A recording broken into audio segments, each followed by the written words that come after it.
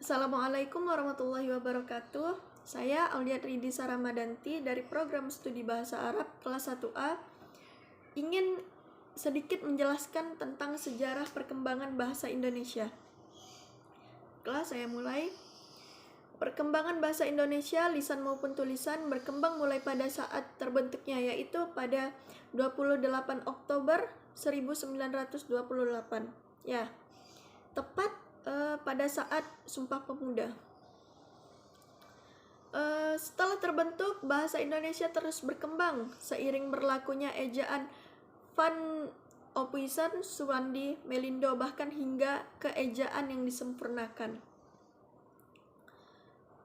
Ini adalah beberapa contoh sederhana bagaimana bahasa Indonesia dengan pesat mengalami perkembangan. Bahasa Indonesia yang telah dikenal oleh khalayak umum merupakan bahasa Melayu yang menjadi lingua franca atau bahasa perhubungan di Nusantara. Bahasa Melayu telah ada dan digunakan terlebih dahulu. Keberadaan bahasa Melayu pun dapat ditilik dalam saat persiapan Kongres Pemuda pada tahun 1926. Para pemuda masih mempermasalahkan tentang sebutan bahasa Persatuan Indonesia. Kemudian M. Tabrani mengusulkan bahasa Melayu diganti dengan istilah bahasa Indonesia. Dan hal ini pun disetujui di tanggal 2 Mei 1926.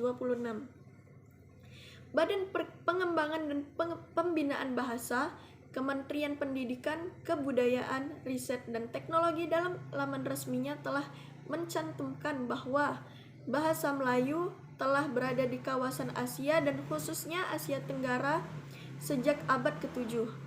Pernyataan ini juga tentu didukung oleh adanya beberapa prasasti seperti Prasasti Talang Tuwo di Palembang, bahkan Prasasti Karangbrahi di Jambi. Keberadaan prasasti-prasasti ini telah ada sejak tahun 680-an.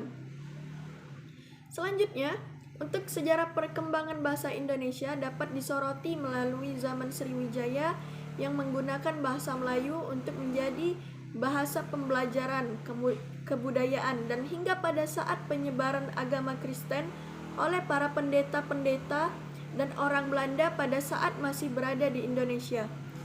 Bahasa Melayu merupakan cikal bakal bahasa Indonesia.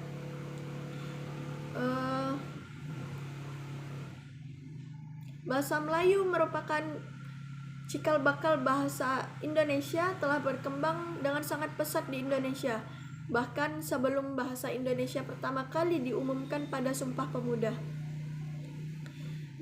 Bahasa Indonesia sejak dahulu telah membentuk bangsa dan mempersatukan keberagaman yang ada di Indonesia yang memiliki tingkat kemajemukan yang tinggi.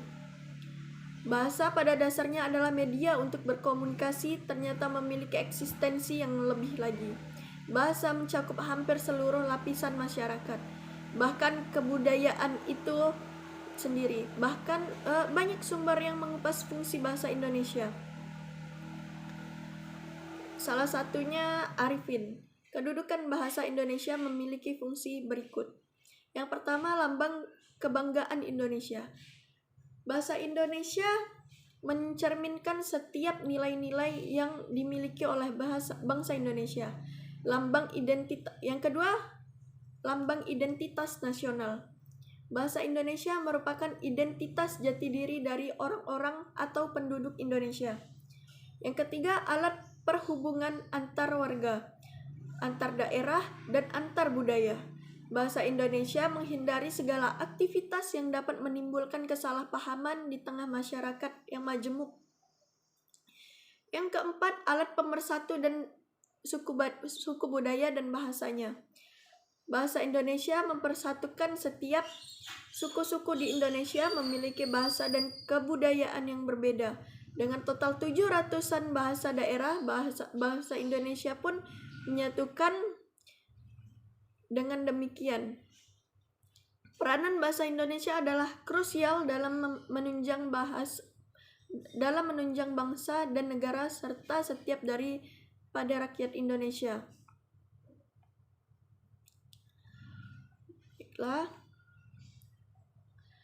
Perkembangan bahasa Indonesia telah melalui sejarah yang cukup teramat panjang, Melalui kilas balik sejarah yang telah dipaparkan di atas, dapat ketahui bahwa bahasa Indonesia telah menjadi begitu kuat hingga saat ini karena telah melalui proses yang sangat unik.